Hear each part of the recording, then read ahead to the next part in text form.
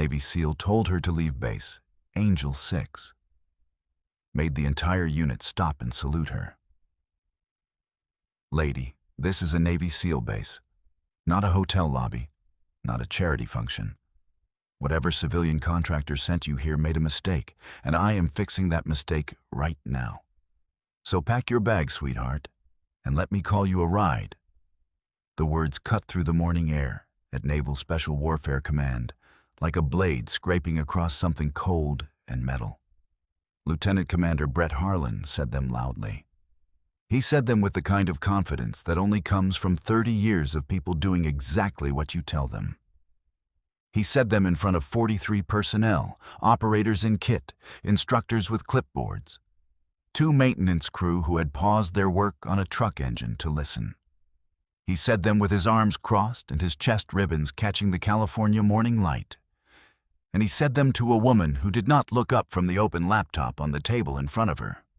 She was 32, maybe 33, medium height, regulation bun, dark brown, no strands out of place. Plain Navy working uniform with no rank insignia, none on the collar, none on the sleeve, nothing on her chest that told you where she sat in anyone's hierarchy. She had a face that did not announce anything. The kind of face you'd forget if you weren't paying careful attention. She was paying careful attention to him. Her hands moved across the laptop keyboard the way someone's hands move when the motion is purely mechanical, muscle memory, not thought. She did not flinch. She did not look up. She typed 3 more lines of something, then stopped. I was told to report here, sir. Her voice was quiet. Not meek, not apologetic. Quiet the way controlled things are quiet. Orders are in the system. Harlan stepped forward. His shadow fell across her workspace. He was a large man, the kind of large that fills a doorway and knows it. 6'2", 230, decorated in the way that base lifers get decorated, the right postings at the right times, the right handshakes, the right mentors. His chest ribbons were extensive. He used them as punctuation when he stood still. He crossed his arms like he owned not just this base, but the entire Pacific Fleet. Orders in what system? He let the question land. He was performing, and the 43 people watching him knew it. The kind of performance that invites everyone else to join in. I run this installation's access protocol. Nothing enters or leaves this base without my clearance. And you? He looked at her collar, her blank collar, pointedly. Are not in any clearance I've seen this morning. She looked up, just for a moment. Higher than yours, sir. You just don't know it yet. Then she looked back at the laptop. From the far corner of the motor pool, near a dusty set of shelving units stacked with communications gear, a man who had been checking manifests stopped checking. Master Chief Petty Officer Raymond Delacroix, 61 years old, 34 years in the Naval Special Warfare community, set his clipboard down quietly on the shelf beside him. He had a face that looked like it had been used hard, not the decorative scars of posed photographs, but the compressed, settled kind of face that comes from living close to difficult things for a very long time. He narrowed his eyes. He had noticed 3 things about the woman in the last 90 seconds. The way she typed, her left hand never lifting fully off the home row. A habit that takes months to develop in environments where your hands need to stay available. The angle of her wrist when she'd reached for her coffee mug, not reaching across, but rotating outward, the shoulder doing the work. And her feet, flat on the floor, weight distributed, the way a person stands when they have spent years practicing standing in positions from which they might need to move fast. He wasn't done noticing. Harlan did not walk away angry. He walked away amused. That was worse. The story of the woman who told him she outranked him spread through the base the way those stories always spread, through group chats and mess hall tables, and the shorthand of men who spend too much time in close proximity. By the time the lunch rotation came around, the version circulating had her saying she was the president. By mid-afternoon, it had grown a life of its own. The civilian contractor who thought she ran the base, who thought she could flash a blank collar at a decorated commander and walk through walls. The kind of laugh that invites everyone else to join in. She was aware of the story. She was always aware of the story. She sat in the mess hall at the far end of a table and ate a meal that tasted the way institutional food always tastes. Efficient, joyless, correct. And she listened. She was very good at listening. She cataloged who deferred to whom, which operators spoke freely in front of which instructors, where the real command culture lived in the spaces between the official hierarchy. She filed patterns. The petty officer who dropped his gaze whenever Harlan passed, the contractor clearance manifest that had been flagged 3 times in 6 weeks for irregular access hours. The way the communications room roster had one name appearing on overnight shifts it had no reason to appear on. She was doing intelligence work. She was appearing to be an isolated target. These were not separate activities.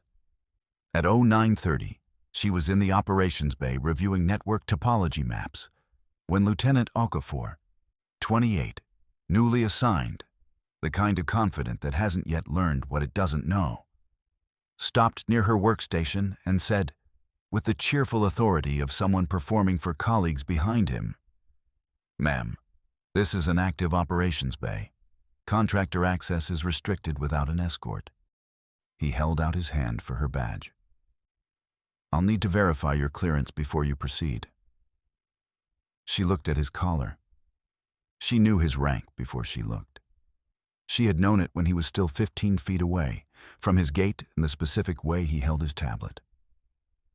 That knowledge lived in a part of her brain that had been trained to read military personnel the way other people read text. "I'm cleared for this bay, Lieutenant," she said. "Check the access roster." "I will be doing that," he said, still pleasant. "After you step out." She stepped out. She sat in the corridor on a metal chair and waited while he checked. The checking took 11 minutes. When he came back, his pleasant expression had the slightly overworked quality of a man maintaining it against friction. "You're cleared," he said. "I know." She stood and went back to the workstation. He stood in the corridor for a moment after she left. Something about the interaction bothered him in a way he couldn't articulate. He went back to his desk and sat down and tried to work and found he was thinking about her hands.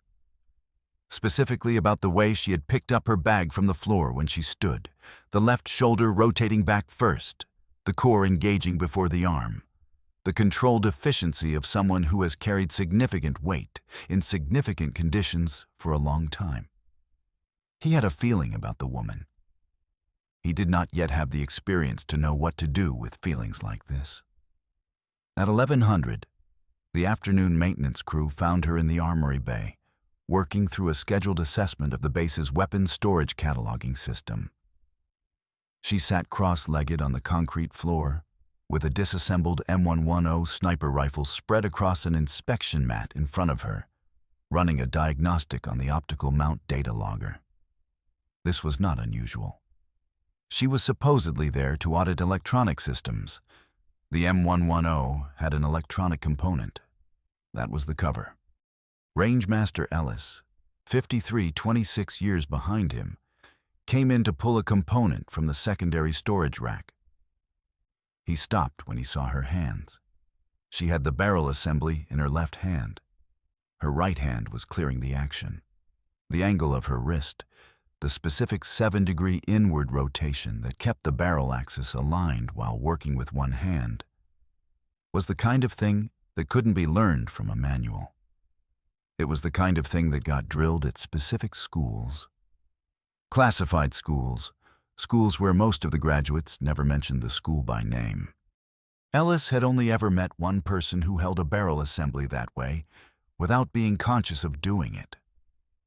That person had been dead for 9 years and had been eulogized in a ceremony Ellis was not allowed to publicly attend. He stood very still for 3 seconds. Then he went to the secondary storage rack and got his component and left without saying anything. But his jaw tightened, and outside in the corridor he stood with his back against the wall for a long moment, looking at nothing, turning something over in his mind with the careful attention of a man who knows that some things, once named, cannot be unnamed. At 12:05, she was in the mess hall again, eating alone, efficiently, going through a printed report she had requested from the network audit queue. Her left sleeve rode up slightly as she reached for her water glass. Just for a moment. Enough for the mess crew's supervisor, Petty Officer Daniels, to see the edge of something on the inside of her forearm. Dark ink. She pulled her sleeve down before the image fully resolved, but Daniels had the impression of a geometric shape, angular, precise, institutional in its design, with what looked like text around the border. Not decorative.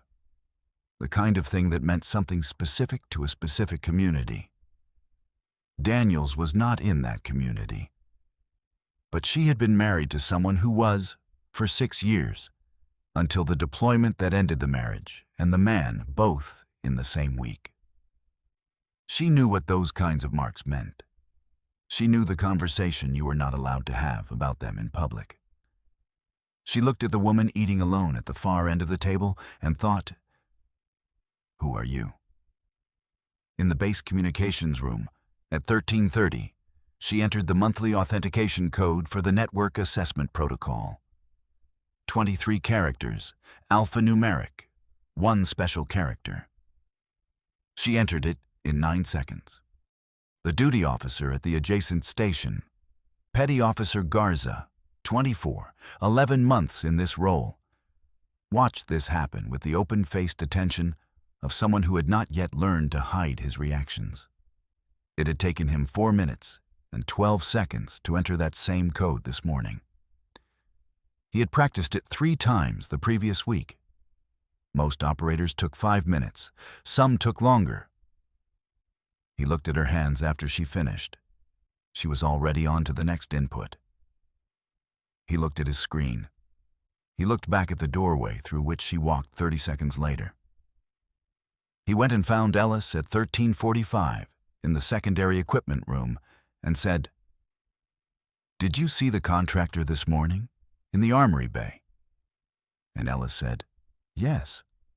And Garza said, "What did you think?" And Ellis was quiet for a long time and then said, "I think we should stay out of whatever is happening here."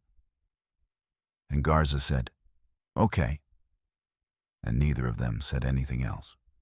By 1400, Master Chief Delacroix had 6 data points. He carried them quietly, the way he carried everything, the way a man carries things that he knows matter but is not yet ready to act on. At the wall of the motor pool, turning the pages of a maintenance manifest, he was no longer reading. He was doing the thing that 34 years had taught him to do with things that didn't fit. He was building a picture. The picture was not finished, but it was getting clearer. The afternoon brought new indignities. At 14:17, Harlan arrived at the communications room with 2 officers flanking him and a smile that had decided ahead of time where this conversation was going. "Miss Chen." He said the name the way a cat steps on something and decides not to step there again. "I've run a check on the contractor authorization code submitted with your access request.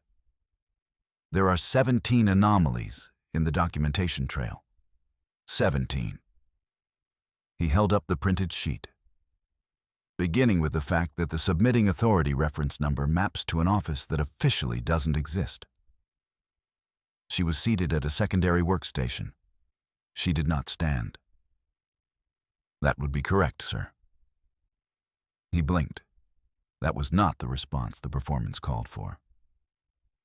Classified operation offices don't appear in the public directory, she said. That's the definition of classified. And who, exactly, authorized this classified operation? That information is above your clearance, sir. The smile returned, harder. Then, I'm going to need to see your actual credentials, not the badge, the authorization documents, the full personnel file. That file is above your clearance, sir. Is that so? Not a question, a performance. It is. He held out his hand, palm up, patient, the kind of patient that has already decided what happens next. Then I'm going to need to hold your access badge, your contractor ID, and your laptop pending a security verification. If your clearance is everything you say it is, this gets resolved in an hour. If it isn't, the smile again, then you'll have a longer stay in a less comfortable part of this base. She looked at his hand. 4 in, hold 4, 4 out, hold 4. She gave him the badge. She gave him the contractor ID. She kept the laptop. He noted this, looked at her face, and decided not to push it now. He had the duty officer escort her to a holding room on the east wing of the administrative building. The duty officer was Sergeant First Class Torres, 26, who had the expression of a man following orders he had personal reservations about, but not enough to act on them. He unlocked the holding room door and stood aside. As she stepped through, he said quietly, "I'm just following." "I know," she said. "You're fine." He locked the door behind her. She sat on the metal bench and looked at the strip of sky in the window and breathed. But here's what Harlan didn't know. 3 days before she had set foot on this base, a dead man's trigger embedded in the network's peripheral authentication layer had been initialized. It was keyed to her asset number. It was set to activate if her scheduled check-in was missed by more than 45 minutes. And it was designed to push a specific package of encrypted files, 63 documents, 4 audio records, and a full communications log spanning 18 months to a federal server that did not appear on any base directory. Not this base's, not any base's. The package was already moving. She just had to wait. The room was 8 by 10 feet. Concrete walls painted institutional beige that had stayed that color longer than the paint was meant to last. A metal bench bolted to the wall. A ceiling light that hummed at a frequency 2 decibels above, comfortable. A window near the ceiling, narrow, showing a strip of pale California sky. The smell of bleach and something older than bleach. The accumulated residue of many anxious hours spent in small spaces by people who did not belong there. She sat on the bench. She did not pace. She put her back against the wall, her hands in her lap, and she looked at the strip of sky. This is the near-fail moment. The point where anyone watching from the outside would think she's finished. Caught. Credentials confiscated, access denied, locked in a room while a man who doesn't know what he's looking at decides what to do with her. Game over. Except games have rules. And she was about to show them they had been playing the wrong game entirely. She looked at her watch. Plain face, NATO strap. Military issue in the way of things that are not actually military issue. Purchased civilian. Spec'd exactly right. Nobody had asked for it. Nobody had thought to take it. 3 months ago, she had planned for that. Her watch read 15:03. In 22 minutes, her missed check-in report would be automatically forwarded from the Office of Naval Intelligence to the duty officer at Naval Special Warfare Command Group 1. Not this base, the command above it. The report would flag her asset number. Her asset number would activate a contact tree. One of the names on that tree would cause a specific type of concern in a specific sequence of people. In 67 minutes, the dead man's trigger would complete its initial push cycle. The encrypted package would land on the federal server. The federal server would flag the receiving authority. The receiving authority would start making calls. In approximately 2 hours, Lieutenant Commander Brett Harlan was going to learn the difference between base access authority and operational command clearance. She breathed. 4 in, hold 4, 4 out, hold 4. She waited. It was the observer who cracked it open first. At 15:27, Master Chief Delacroix knocked on the door of the administrative officer's workspace and said, without preamble, to the 2 lieutenants sitting there, "I'd be very careful about that woman in holding. Very careful." He said it the way he said all important things, quietly, without theatrical weight. The way a man speaks after 34 years of learning that importance doesn't need performance. He set his binder on the nearest desk. Lieutenant Reyes, the older of the 2, set down his pen. "Commander Harlan is running a credential check." "I know what he's running," Delacroix said. "I'm telling you what I know from 34 years of knowing what to look for." He was quiet for a moment. "The way she stands under pressure. Not near regulation?" "Exactly regulation. The kind that gets drilled past the point where the body remembers it has a choice." "The way she handled the M110 in the Armory Bay. Ellis flagged that angle of approach." He saw it. I saw it. "That grip is from one school. Most people don't know that school exists." He paused. "And the authentication code. 9 seconds. I timed it." He picked up his binder. "I'm telling you. Be careful." He left. Reyes looked at the other lieutenant for a long time. Neither of them knew what to do with what they just heard. They were still trying to decide at 15:47 when the base's main gate called the administrative officer to report that 3 black SUVs had arrived and were requesting immediate access. The gate guard's voice, delivering this report, had the careful, flattened affect of a man who was reading something he had never read before and was being very precise about each word because he did not want to misrepresent it. The credentials presented at the gate were at a level, the guard said, that he had not previously encountered in his 4 years at that post. The SUVs parked on the main admin apron at 15:53.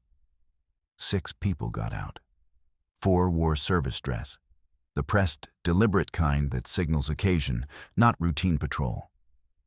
2 wore suits with the clean anonymity of people who travel with authority that does not need decoration. They crossed the apron with the kind of purpose that is not aggressive, but does not leave room for questions either. It was the kind of arrival that makes people stop what they are doing and watch without deciding to watch. The duty officer at the front desk had 12 years in naval service and had learned to read arrivals by the way people walked. He picked up his radio before they reached the desk. The woman leading the group was late 40s, silver threading through dark hair, with the kind of bearing that doesn't come from rank insignia because she had worn several ranks and kept only the bearing. She presented credentials at the desk. The duty officer looked at them. He looked at them again. He looked up. "One moment," he said. His voice was very careful. Harlan was called. He arrived in 4 minutes, fast, which meant he had already heard the gate report and understood something was wrong. His face when he saw the 6 people had the beginning of a crack in it, the architecture of confidence developing its first line of fracture. "What is this?" The woman looked at him without surprise. "We're here for one of yours, Commander, Miss Chen. She's in holding pending credential verification." "Yes." A pause, not hostile, simply definitive. "We know." She produced a document. Harlan took it. His eyes moved to the top of the page, then to the second line, then stopped. His face did something that his face had probably not done in a professional setting in years. The color left it, not gradually. Abruptly, the way color leaves something when the heat is removed, he looked up. Where is she? Torres unlocked the holding room at 16:01. She was sitting exactly where he had left her, back against the wall, hands in lap, watching the strip of sky. She stood when the door opened, with the unhurried movement of someone who had been waiting, who knew she would not be waiting much longer. The woman with silver at her temples came in first, alone, and closed the door partially behind her. The conversation lasted 90 seconds. Torres, standing in the corridor, heard none of it. When the door opened again, the woman with silver at her temples stood aside, and Mara Chen walked into the corridor. Harlan was in the corridor. 41 personnel had gathered in it, operators, instructors, admin staff, 2 maintenance crew who had followed the current of something significant toward the administrative wing.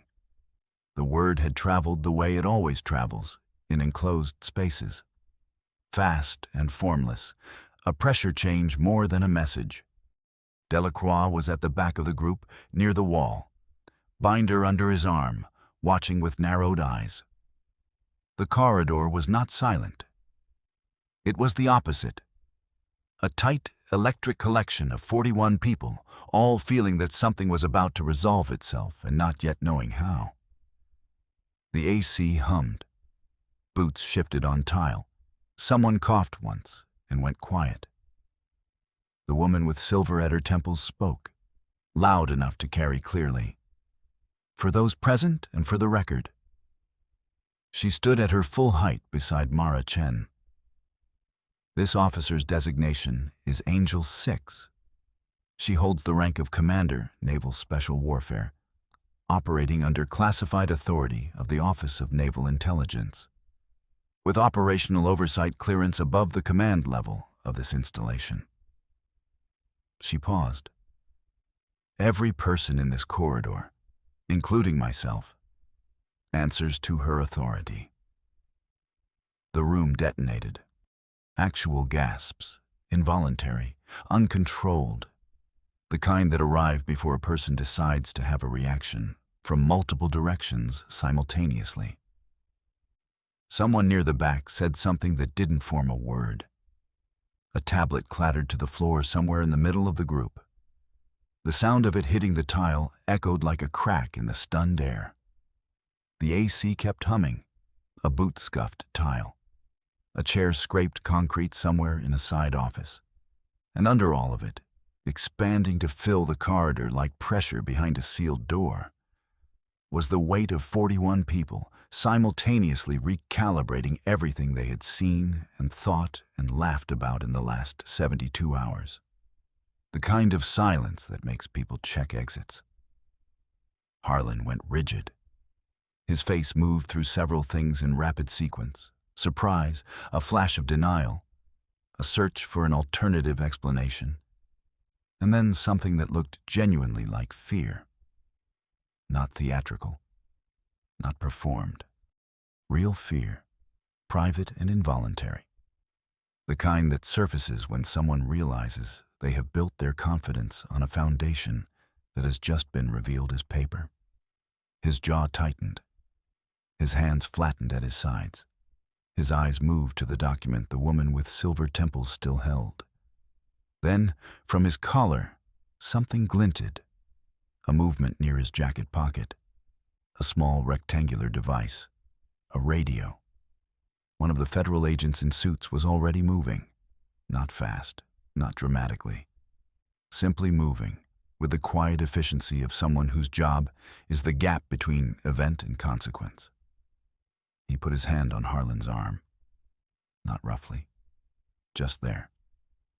Harlan went still.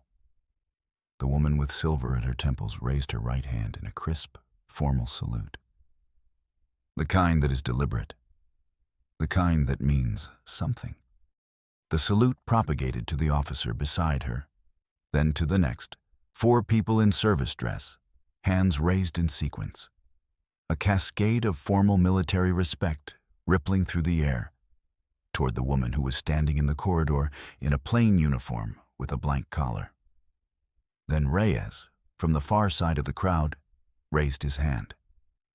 Then Torres, the escort who had locked the door 90 minutes ago, went rigid with the expression of a man who had just understood something he should have seen earlier, and brought his hand up in the cleanest salute he had probably executed in years. The two maintenance crew, who had no particular protocol for this moment, stood at their full height and went still, which was the right instinct. Staff members along the walls matched it. From the back of the corridor, quietly, without theater or announcement, Master Chief Raymond Delacroix raised his hand. He held it longest. His face was not surprised. It was the face of a man whose 34 years had taught him to recognize things that most people cannot name. He had known from the motor pool. He had known from the Armory Bay. He had known from the way she stood under pressure. He held the salute the way a man holds something he earned, not commanded to, but chosen. 41 people, in one corridor, every hand raised. Harlan was last. His arm came up with the slow, mechanical movement of a man whose body did not want to do this, but whose training would not let him refuse it. The salute was technically correct. It was hollow in the way that technically correct things are sometimes hollow. And the expression on his face was not theatrical humiliation. It was worse. It was the expression of a man who had genuinely believed something about himself, who had stood in front of 43 people this morning and performed certainty, and who now understood that the certainty was the mistake that had ended him. She returned each salute once. Clean, no performance, no pause on Harlan's longer than any other. At ease, she said. Her voice was the same quiet it had always been. Then, to the woman with silver at her temples, "Where are we?" 2 hours behind, but the protocol held. We have what we came for. And the secondary target? Name confirmed. Location still in process. Chen nodded, looked at the folder. Something moved behind her eyes. The brief, controlled flicker of someone who carries something heavier than rank insignia.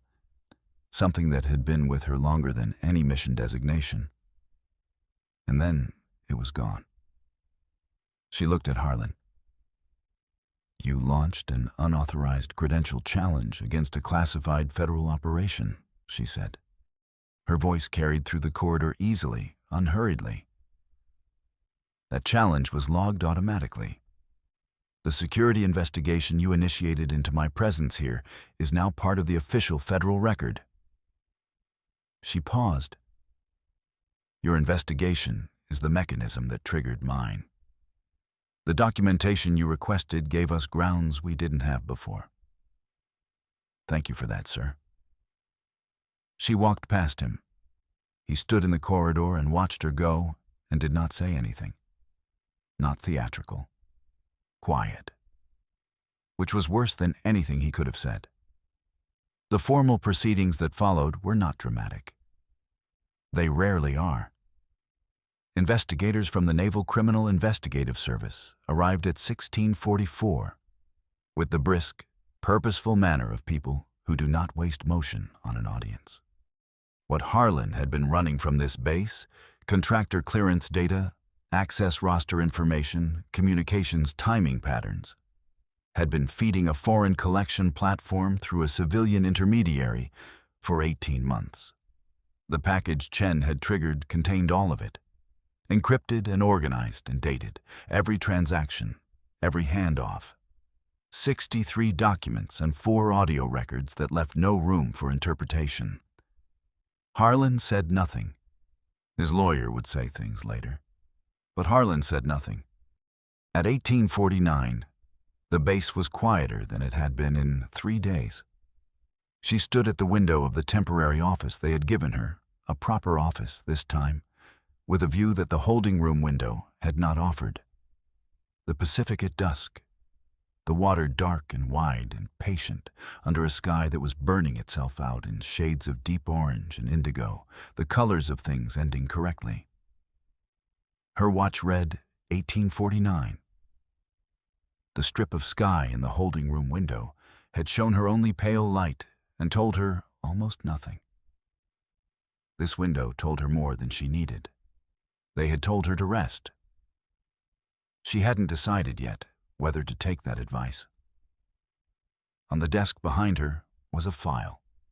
One page inside it, a surveillance photograph, the metadata pointing loosely to a region she wasn't allowed to name in written communications. The photograph showed a rooftop. A specific configuration of equipment, not standard, not improvised, but custom. The kind of arrangement that required knowledge of the operation being surveilled. And at the edge of the frame, a partial figure. Not enough to identify. Just the edge of a person. The suggestion of someone who had been there and knew exactly what they were watching. Someone had been there. Someone who had known about the network, known the timing, known the asset numbers. Harlan was the link she had come for. He was handled, done. But the edge of the figure in the photograph was not done. She closed the file. Justice isn't loud. It's patient. She had 3 more names on the list. 2 she could reach through channels that had rules she was willing to work inside. 1 she couldn't, not yet. Not through anything that existed in any directory that appeared in any official record. Tomorrow, there would be new ghosts to hunt. There always were. She stood at the window until the sky went fully dark. Then she picked up the file, tucked it under her arm, and walked out. They told her to leave the base. They forgot she was the only person in that corridor who knew exactly how many names were still on the list. Every soldier carries a story that few ever hear. Listen with your heart. Thank you for staying and watching. Subscribe to MVP Stories for more.